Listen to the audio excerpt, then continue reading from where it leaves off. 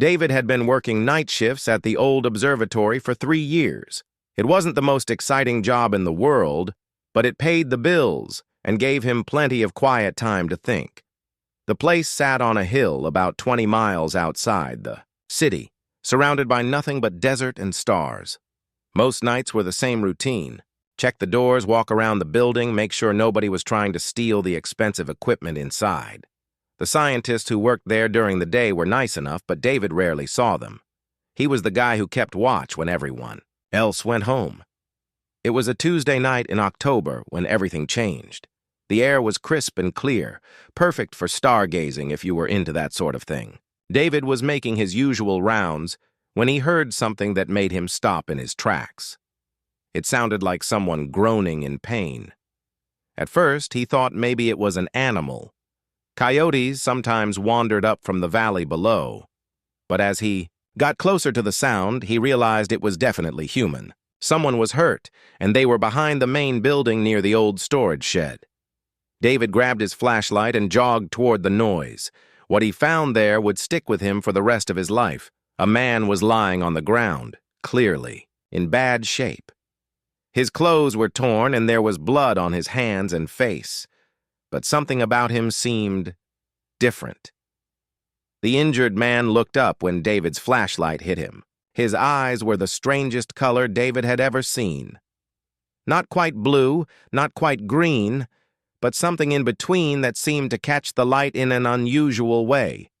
And his face, while definitely human, had features that were just a little too perfect, like someone had carved them from marble.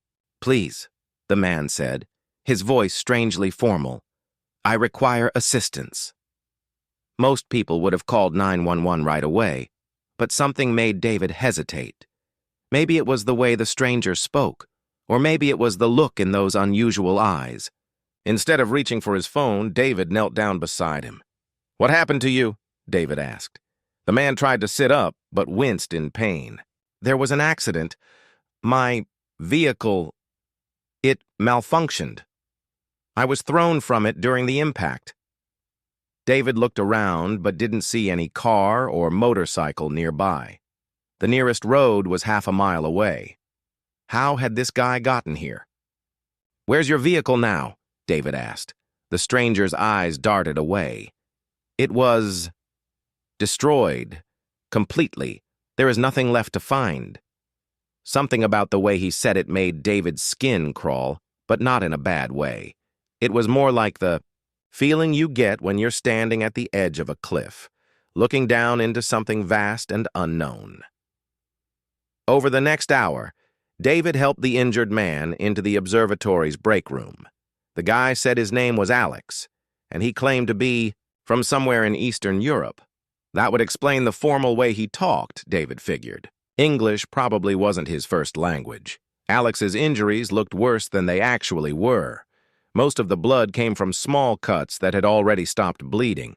The weird thing was, by the time David had cleaned him up and given him some coffee, Alex seemed much better, like surprisingly better, almost like he was healing faster than normal people do. "You should probably see a doctor," David suggested. "Those cuts might need stitches." Alex shook his head firmly. "That will not be necessary. I heal quickly. It runs in my family." David didn't push it. He'd learned not to ask too many questions about people's personal business, but he couldn't shake the feeling that something was off about this whole situation. Over the next few weeks, Alex started showing up at the observatory regularly. Always at night, always when David was working alone. He said he was staying at a motel in town while he figured out his next move, but he seemed drawn to the place where David had found him. At first, their conversations were awkward. Alex spoke like he'd learned English from textbooks written 100 years ago. He used words like peculiar instead of weird and indeed instead of yeah. But he was curious about everything.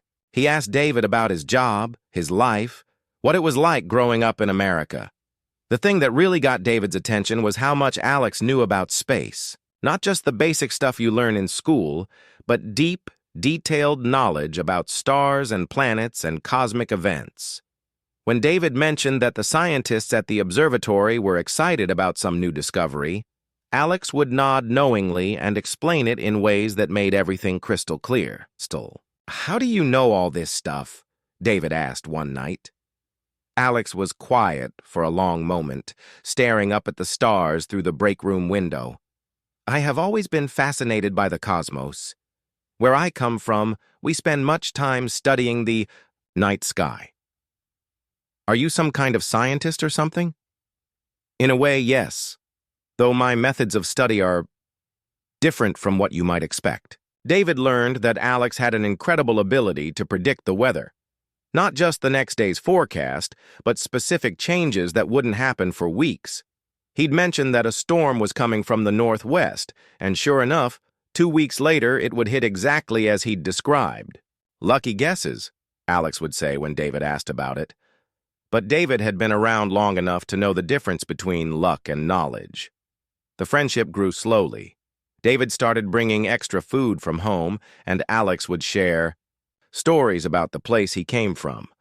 They were beautiful stories about mountains that touched the sky and cities built into cliffsides, but they always felt just a little too fantastic to be completely real. One night in November, Alex mentioned something that made David's blood run cold. I have been thinking about companionship, Alex said out of nowhere, about what it means to form connections with others. You mean like friendship? David asked. Yes, but also deeper connections. I have met someone, a woman. Her name is Lisa, and she teaches languages at the college in town. She is remarkable. David felt a strange mix of happiness and worry. He was glad his friend had found someone, but something about the way Alex talked about relationships made it seem like he was experiencing them for the first time. That's great, man. How did you meet her? At the library.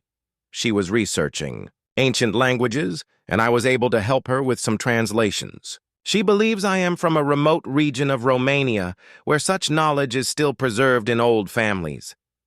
The way Alex said it made David realize that his friend was living some kind of lie. But wasn't everyone in some way? David had certainly never told Alex about his own problems, his struggles with loneliness, his fear that he'd never amount to anything more than a night watchman. As winter approached, David noticed changes in Alex. He seemed more comfortable with casual conversation, more relaxed around human customs. He'd learned to appreciate simple pleasures like hot chocolate and old movies on David's tablet. But he also seemed sadder somehow, like he was carrying a weight that grew heavier each day. Are you okay? David asked one particularly cold night in December. Alex looked at him with those strange, beautiful eyes. I am more okay than I have ever been in my life, and that, my friend, may be the problem. David didn't understand what he meant, but he could see the pain behind Alex's words. Whatever secret his friend was carrying, it was eating at him from the inside. You know you can tell me anything, right? David said. I mean, we all have stuff we're running from. Alex smiled sadly. Some secrets are too dangerous to share. Not because they would hurt the person telling them, but because they might hurt the person hearing them. That night, as Alex walked away into the darkness like he always did, David stood at the observatory door and watched until his friend disappeared. For the first time, he noticed that Alex's footprints in the frost seemed to glow with a very faint, silvery light that faded within seconds. David blinked hard and looked again, but the glow was gone. He told himself it was just his tired eyes playing tricks on him. But deep down, he knew he was starting to realize that his friend Alex might not be entirely human. And strangely enough, he found that he didn't care. Whatever Alex was, wherever he came from, he had become the best friend David had ever had. Sometimes the most important relationships in life come from the most unexpected places. Winter turned to spring, and David's friendship with Alex grew stronger. They had developed a routine of sorts, Alex would show up around midnight, they'd share coffee and conversation, and then Alex would disappear before dawn. David never questioned where his friend went during the day, but he was starting to notice things that didn't add up. For one thing, Alex never seemed to get cold, even on the freezing January nights when David was bundled up in 3 layers. Alex would sit outside in just a thin jacket, perfectly comfortable, while David's breath made clouds in the air. When David mentioned it, Alex just shrugged and said people from his homeland were used to harsh weather. Then there was the incident with the coffee pot. David had been making their usual late-night coffee when the old machine started sparking and smoking. He reached to unplug it, but the metal was too hot to touch. "Allow me," Alex said calmly. Without any hesitation, he grabbed the plug with his bare hand and yanked it from the wall. David expected to hear him cry out in pain, but Alex just stood there, completely unaffected by what should have been a serious burn. "Doesn't that hurt?" David asked, staring at Alex's hand. Alex looked down at his palm like he'd forgotten about it. "Oh, yes. Quite painful," he said, but his voice didn't match his words. He quickly shoved his hand in his pocket. "I have thick skin, another family trait." David didn't buy it, but he let it slide. Everyone had their quirks, right? The real turning point came on a warm April night. David was doing his rounds when he heard a crash from behind the building. He ran toward the sound and found Alex kneeling on the ground, holding his arm. There was a nasty gash from his wrist to his elbow, blood streaming down onto the concrete. "What happened?" David rushed over with his first aid kit. "I tripped and fell against that old fence," Alex said, wincing. "The metal was sharper than I expected." David had seen plenty of cuts in his time, and this one looked bad, really bad. "We need to get you to a hospital. This is going to need stitches, maybe surgery." "No," Alex said firmly. "Just help me clean it. Please." Against his better judgment, David helped Alex into the break room and started cleaning the wound. It was deep, deeper than David felt comfortable dealing with on his own.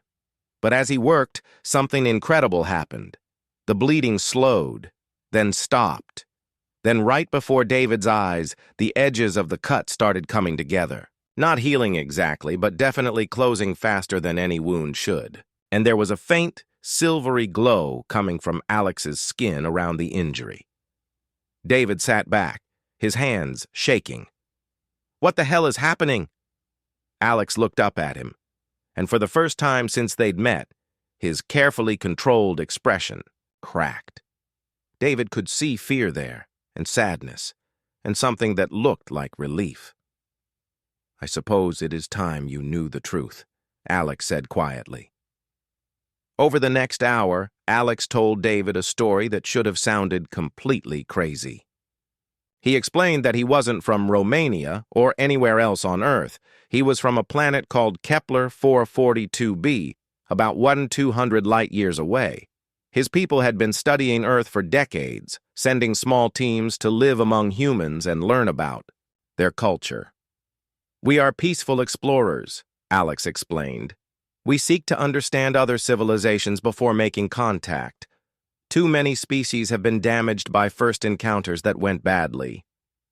David listened in stunned silence as Alex described his mission. He was part of a 3-person team that had arrived 5 years ago. They were supposed to observe human society, learn the languages and customs, and report back to their home world. "But something went wrong," Alex continued. "Our return beacon was damaged when we landed. The others, they found ways to leave Earth on their own. But I stayed." "Why?" David asked, though he thought he might already know the answer. Alex smiled, and for the first time, it looked completely genuine. "Because I fell in love, not just with Lisa, though she is wonderful. I fell in love with this entire planet, with music and movies and the taste of chocolate, with the way humans laugh when they're happy and cry when they're sad, with friendship like ours." David's head was spinning. "So you're really an alien, like from outer space?" I prefer the term off-world visitor, Alex said with a slight grin. But yes. And Lisa doesn't know? Alex's expression grew serious again. She cannot know. It would put her in danger. My people, they would not approve of how attached I have become to this world. They value scientific objectivity above personal connections. David tried to process everything he'd just learned. His best friend was an actual alien from another planet. It should have been terrifying, but instead, he found himself oddly relieved. All those little things that hadn't made sense suddenly fit together perfectly. So that's how you know so much about space, David said. Among other things, yes. And the weather predictions? My people are sensitive to atmospheric changes. We can feel pressure systems forming days before they become visible to your meteorologists. David laughed, surprising himself. You know what the weirdest part is? This actually makes me feel better. I was starting to think I was going crazy, noticing all these strange things about you. Alex looked relieved. You are not angry or afraid. Should I be? Many humans would be. David thought about it for a moment. Look, you've been nothing but a good friend to me. You've never hurt anyone, never caused any trouble. You're probably a better person than most actual people I know. So no, I'm not afraid. They sat in comfortable silence for a while, both adjusting to this new reality. Finally, David asked the question that had been nagging at him. What happens now? Are you going home eventually? Alex's face darkened. That is complicated. I have been receiving faint signals from my people. They are planning a retrieval mission, but it will not arrive for many months, and I am not certain they will be pleased with my integration into human society. What do you mean? My mission was to observe and report, not to form emotional attachments. From their perspective, I may have compromised the entire operation. David felt a chill that had nothing to do with the night air. Are you in trouble? I do not know, but I fear that my actions may have consequences, not just for me, but for future relations between our species. Over the following weeks, Alex shared more details about his life and his world. He showed David the small device he used to communicate with his people, though the signal was too weak for real conversation. He explained how he had learned to mimic human behavior so perfectly and how he had used his advanced knowledge to build a successful investment portfolio. I wanted to ensure Lisa would be financially secure, Alex explained. I have accumulated nearly $3 million through careful investments. I can predict market trends based on my understanding of human behavioral patterns. David was amazed by his friend's thoughtfulness, but also worried. What happens to all that money if you leave? Alex was quiet for a long moment. I have been making arrangements, legal documents, just in case.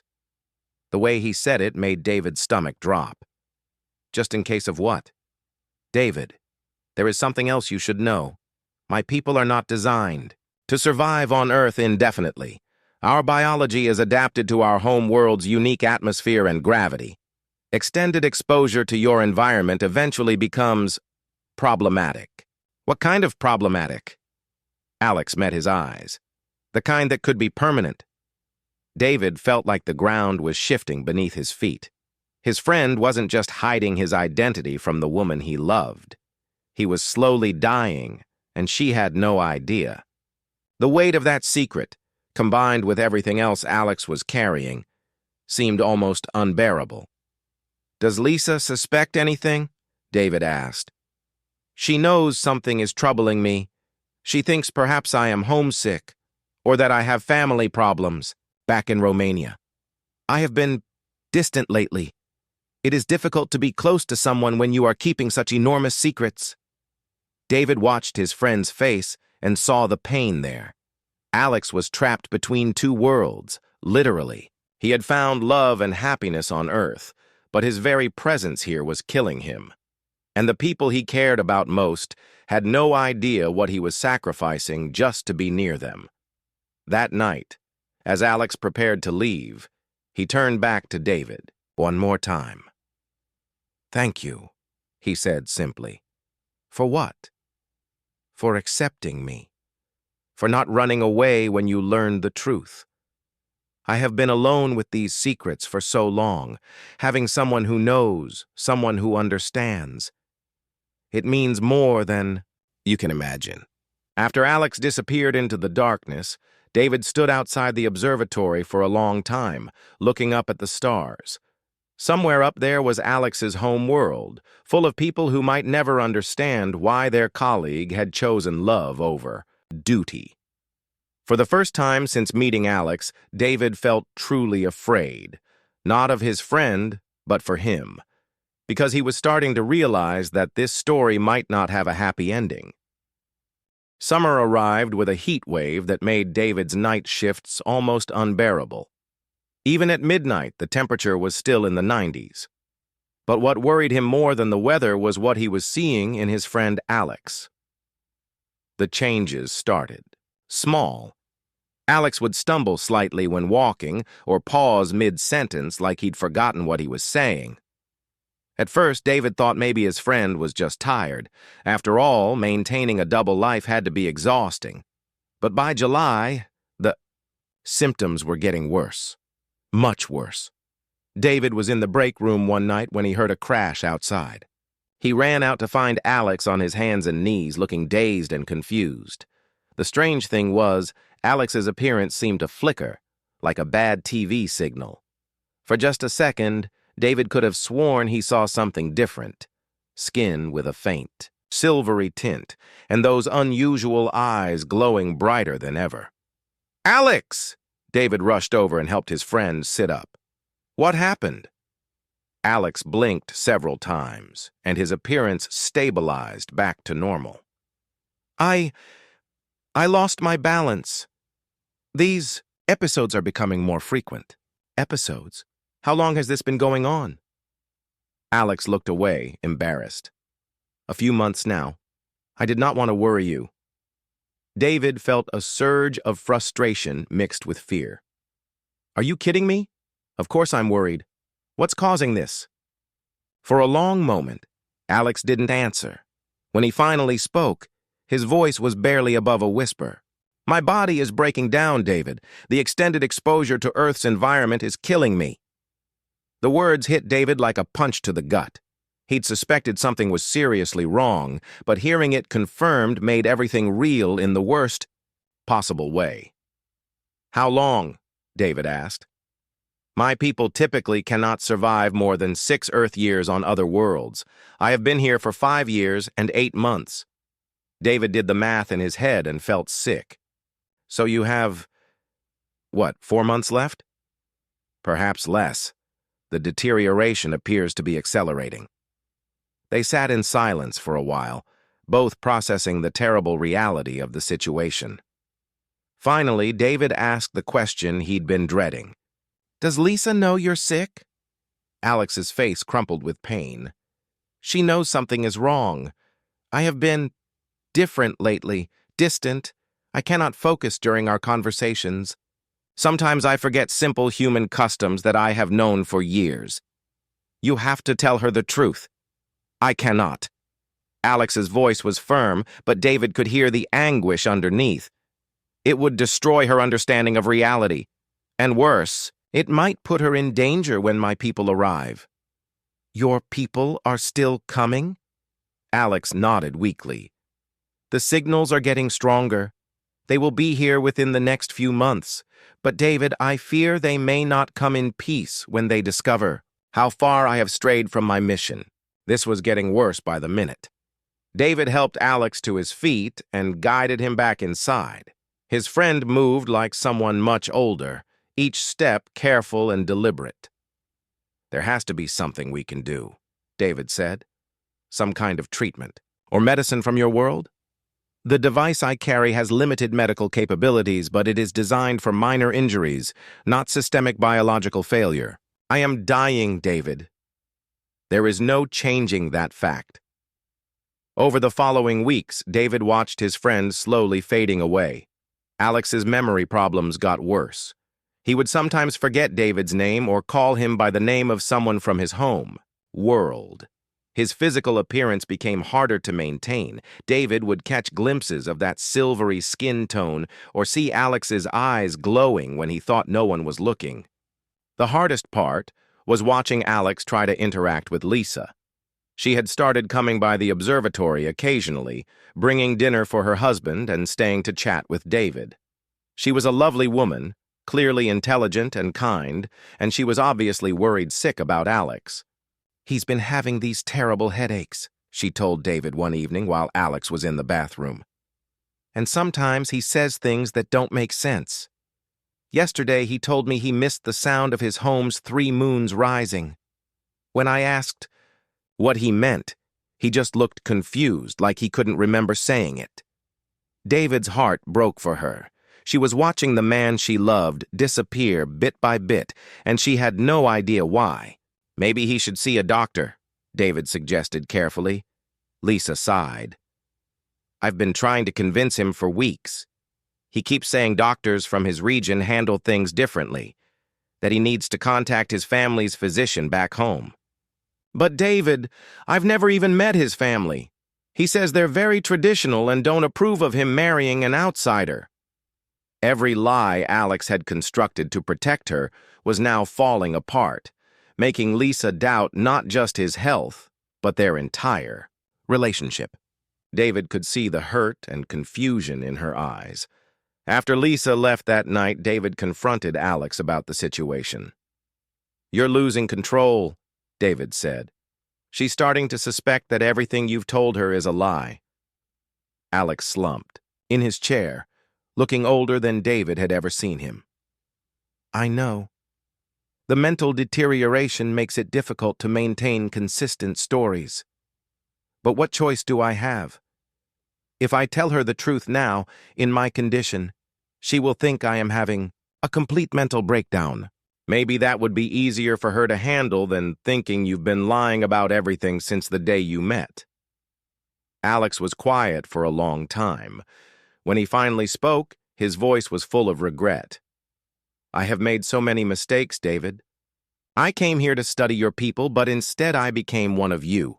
I fell in love with a human woman, made a human friend, built a human life. And now that life is crumbling, and I am going to hurt the people I care about most." David watched his friend struggle with the weight of his choices. Alex had given up everything: his mission, his health, probably his standing with his own people, for the chance to experience love and friendship. And now he was facing the possibility that it had all been for nothing. "There's something else," Alex said, reaching into his jacket.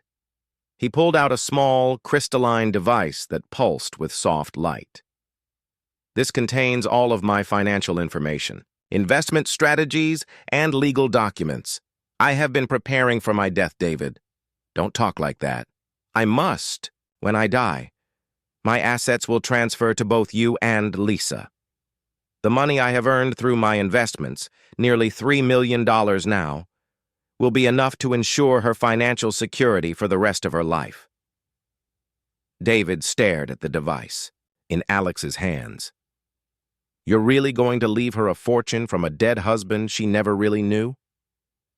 "It is all I can give her. That, and the hope that someday, when she is ready, you might help her understand that everything I felt for her was real, even if everything else was a lie." The next few weeks passed in a blur of watching Alex deteriorate further while trying to support Lisa through her growing confusion and fear.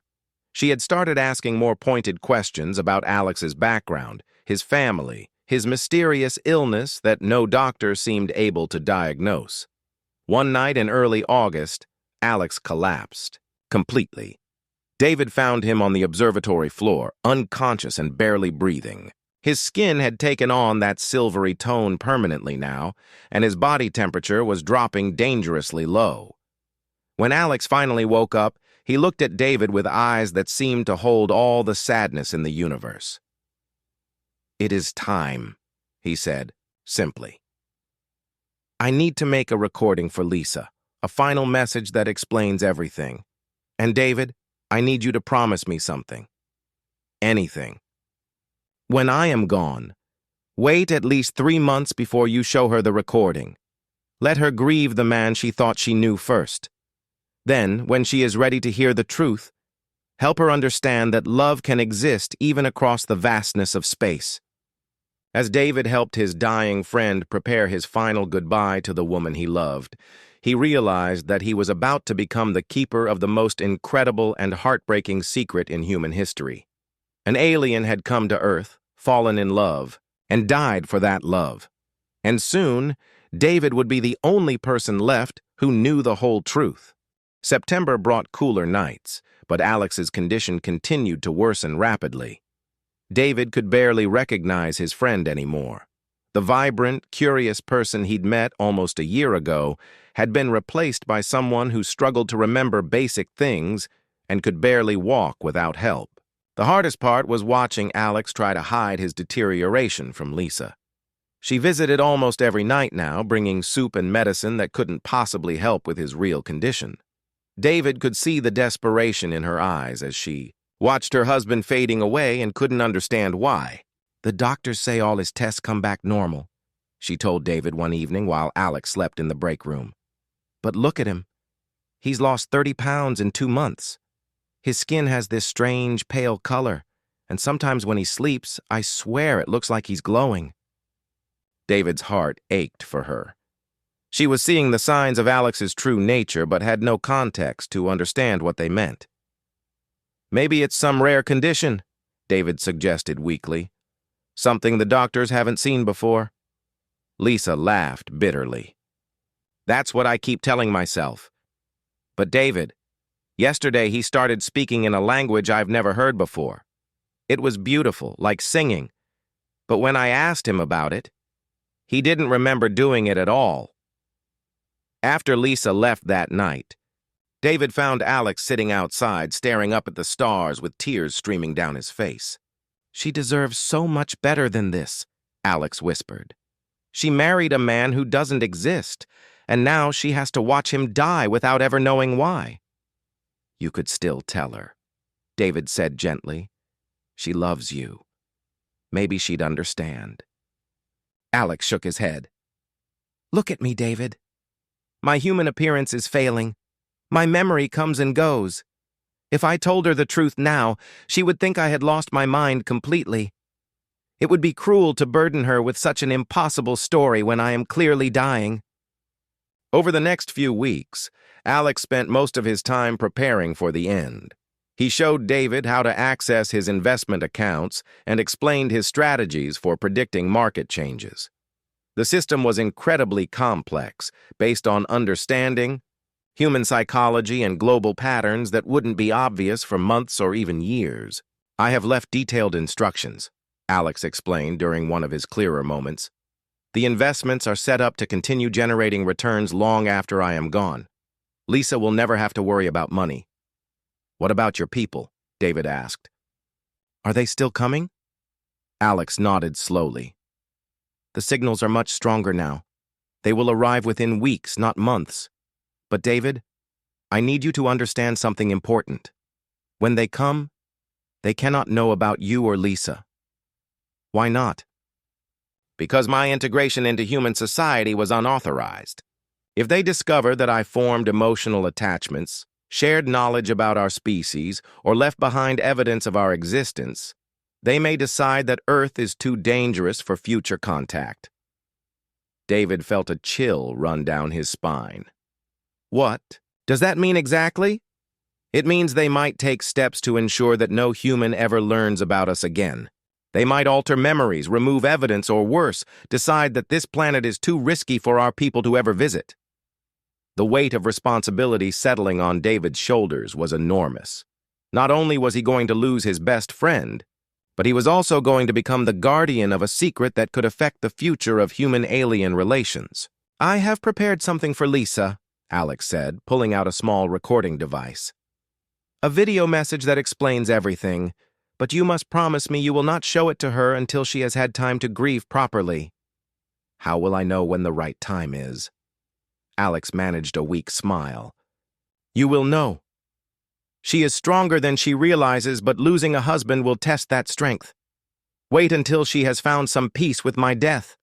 Then, when she is ready to hear that love can exist between different worlds, show her the truth." The recording session was one of the most heartbreaking things David had ever witnessed. Alex, despite his failing health, managed to pull together enough strength to speak clearly and lovingly to his wife. He explained his true nature, his mission, his reasons for keeping the secret, and most importantly, how much she had meant to him. "Lisa, my beloved," he said into the camera, his eyes glowing with that otherworldly light. "If you are watching this, then David has determined you are ready to know the truth about who I really am. I am not from Romania. I am not even from this world. But everything I felt for you, every moment of joy and love we shared, was completely real." The message went on for nearly an hour. Alex shared details about his home world, his people's peaceful nature, and his hope that someday humans and his species might meet openly as friends. He showed Lisa the translation device that could prove his story was true, and he left her coordinates for his home planet, knowing that human technology wouldn't be able to reach it for many years, if ever. "I know this will be difficult to believe," Alex continued in the recording, "but David has been my friend throughout this journey. He knows the truth, and he can help you understand. Please do not think less of him for keeping my secret. I asked him to protect you from knowledge that might have been dangerous while I was alive." By early October, Alex was barely conscious most of the time. His human appearance had failed completely now. His skin held a permanent silvery glow, and his eyes had become brilliant points of light. Lisa could no longer visit, as Alex couldn't maintain even the pretense of being human anymore. "She thinks I'm in the final stages of some rare brain disease," Alex told David during one of his last lucid moments. "The doctors have given up trying to diagnose me. They're just keeping her sedated with hope and false reassurances." David had taken leave from his other jobs to spend every night with his dying friend. He brought blankets and food, though Alex could barely eat anymore. Mostly they just sat together under the stars, with Alex sharing final stories about his homeworld and David promising to take care of Lisa. "There is one more thing," Alex said on what would be his last night. He pressed a small crystal into David's hand. "This contains memories from my world, music, art, images of places that took my breath away when I was young. Someday, when Lisa is ready, she can experience the beauty of the place I came from." "How does it work?" "Simply hold it and think about what you want to see. But be careful. The emotions contained within are intense. My people experience feelings more deeply than humans, and these memories are from the happiest times of my life." As dawn approached, Alex's breathing became labored. David could see that the end was near. "I am not afraid," Alex whispered. "I have experienced more love and friendship in these few years on Earth than many of my people find in their entire lives. Thank you, David, for showing me what it means to have a true friend." Alex's body began to glow brighter, the silvery light growing more intense. "This is natural," he managed to say. "When my people die, our essence returns to the stars. Do not be afraid."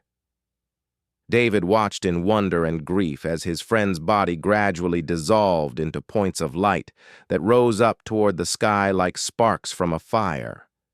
Within minutes, there was nothing left except the clothes Alex had been wearing and the two devices he had entrusted to David.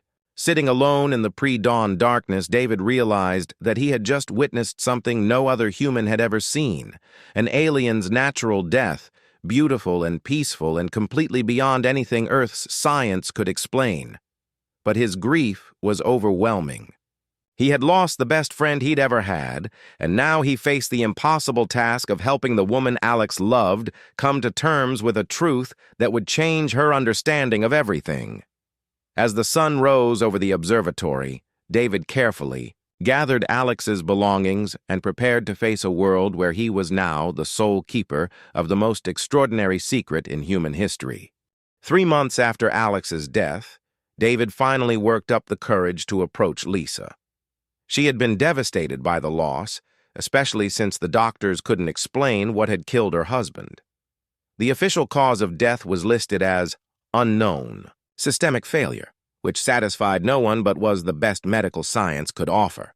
David had watched from a distance as Lisa struggled through the stages of grief. He attended the funeral, a small service where Lisa spoke beautifully about the mysterious, wonderful man she had married. She talked about his wisdom, his gentleness, and his incredible knowledge of the world.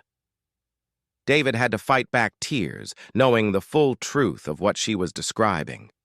Now Lisa was finally starting to seem more like herself again. She had returned to teaching at the college and was slowly rebuilding her daily routines. David judged that she was as ready as she would ever be to learn the truth. He called her and asked if they could meet at the observatory. "There are some things Alex wanted you to have," he said simply, "but they come with an explanation that might be hard to believe." Lisa arrived on a clear November evening, bringing coffee and sandwiches like she used to when Alex was alive. She looked tired but more peaceful than she had in months. "I've been wondering about you," she said as they sat in the break room. "Alex always spoke about you with such affection. He said you were the best friend he'd ever had." "He was mine too," David replied. "Lisa, what I'm about to show you is going to sound impossible, but I need you to promise me you'll watch the whole thing before you decide I've lost my mind." He pulled out the recording device Alex had prepared and set it on the table between them. Lisa looked at it curiously. "What is this?" "A message from Alex, his final gift to you." David pressed play and stepped back to give Lisa some space. He had watched the recording dozens of times, but seeing Lisa's face as she heard the truth for the first time was an entirely different experience. At first, she looked confused. When Alex began explaining about his true nature, she glanced at David with an expression that clearly said, "Is this some kind of joke?" But as the message continued and Alex shared specific details about their relationship that only he could have known, her confusion turned to shock. When Alex demonstrated his abilities on camera, making his eyes glow, showing his silvery skin, speaking in his native language, Lisa gasped and covered her mouth with her hands. "This isn't possible," she whispered. But by the end of the hour-long message, when Alex was speaking directly to her about his love and his hopes for her future, Lisa was crying. Not from fear or disbelief, but from recognition. All the strange, little things about her husband that had never quite made sense suddenly fit together perfectly. "The way he talked," she said softly when the recording ended. "His formal speech patterns. I thought it was just because English wasn't his first language, but it was because he learned it from studying our communications." David nodded. "And his knowledge about space? He knew things that weren't in any textbook. When I asked him about it, he'd just smile and say he'd always been interested in astronomy." Lisa laughed through her tears. "He was interested in it because he came from it." David pulled out the translation device and the memory crystal Alex had left for her. "He wanted you to have these. This one," he held up the small rectangular device, "can translate any language instantly. It's proof that everything he said in the recording is true." Lisa took the device with shaking hands. When she spoke to it, it responded with Alex's voice, speaking in his native tongue, the beautiful musical language she had heard him use in his sleep. "And this," David handed her the crystal, "contains memories from his home world. He said you could experience the beauty of the place he came from, but to be careful because the emotions are intense." For the next several hours, Lisa explored the gifts Alex had left her. She listened to music from his world that sounded like nothing on earth, complex harmonies that seemed to speak directly to the soul, She viewed images of impossible cities built into crystal formations and landscapes under multiple colored suns. "It's the most beautiful thing I've ever experienced," she said, tears streaming down her face. "David, I was married to someone from another world and I never knew it. Are you angry that he kept it secret?" Lisa was quiet for a long time, holding the crystal and watching its gentle glow. "I should be, shouldn't I? He lied to me about everything. Who he was, where he came from, his entire identity. But David, when I hold this crystal, I can feel his emotions from these memories. The joy he felt, the wonder, the deep love for beauty and connection. That wasn't fake. That was real." Over the following weeks, David and Lisa spent many evenings together at the observatory, going through Alex's belongings and learning about the investments he had made. The financial portfolio he had left was worth almost $4 million now, growing through the careful strategies he had developed. "He really did leave us wealthy," Lisa said, looking at the account statements. "But more than that, he left us with knowledge. Look at these predictions he made about market trends, weather patterns, even social movements. Some of this information won't be relevant for years." David had been thinking about that too. He said we should use the money to fund research into space exploration and linguistics, things that might help prepare humanity for eventual contact with his people. "Do you think they'll come back?" "I don't know." He was worried that his integration into human society might make them view Earth as dangerous. "But maybe if we're ready for them, if we can show that humans can handle the truth about other worlds, they might give us another chance." Lisa quit her job at the college and used Alex's money to establish a private research foundation. Officially, it was dedicated to the search for extraterrestrial life and the development of universal translation technologies. Unofficially, it was their way of honoring Alex's memory and preparing for the possibility that his people might return someday.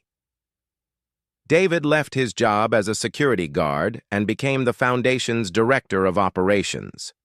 He and Lisa made a good team. Her academic background complemented his practical experience, and their shared secret gave them a bond that went deeper than friendship but never became romantic. "Alex was the love of my life," Lisa told him one evening as they watched the stars from the observatory roof. "I don't think I could ever love anyone else the same way. But you're family now, David. You're the only other person on Earth who knows what it was like to be loved by someone from another world." David understood completely. His friendship with Alex had changed him in ways he was still discovering. Knowing that intelligent life existed beyond Earth, that love could transcend the vast distances between worlds, had given his life a meaning he never could have imagined. Their foundation quietly funded legitimate scientific research while also preparing for possibilities that mainstream science wasn't ready to consider. They supported SETI projects, invested in advanced translation software, and funded studies of human psychology related to first contact scenarios. But their most important work was personal. They kept Alex's memory alive and maintained hope that someday his people would return. Not as conquerors or distant observers, but as friends. 1 year after Alex's death, on the anniversary of the night David had first found him injured behind the observatory, something extraordinary happened. David and Lisa were on the roof, sharing memories of their alien friend, when they noticed an unusual star in the constellation where Alex had said his home world could be found. The star pulsed with a gentle, silvery light, the same color as Alex's skin during his final days.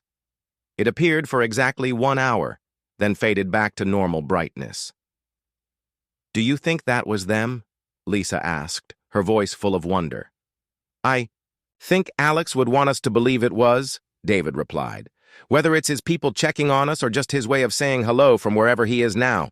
From that night forward, they made it a tradition to spend Alex's anniversary on the observatory roof. Sometimes the star would pulse with that familiar light, and sometimes it wouldn't.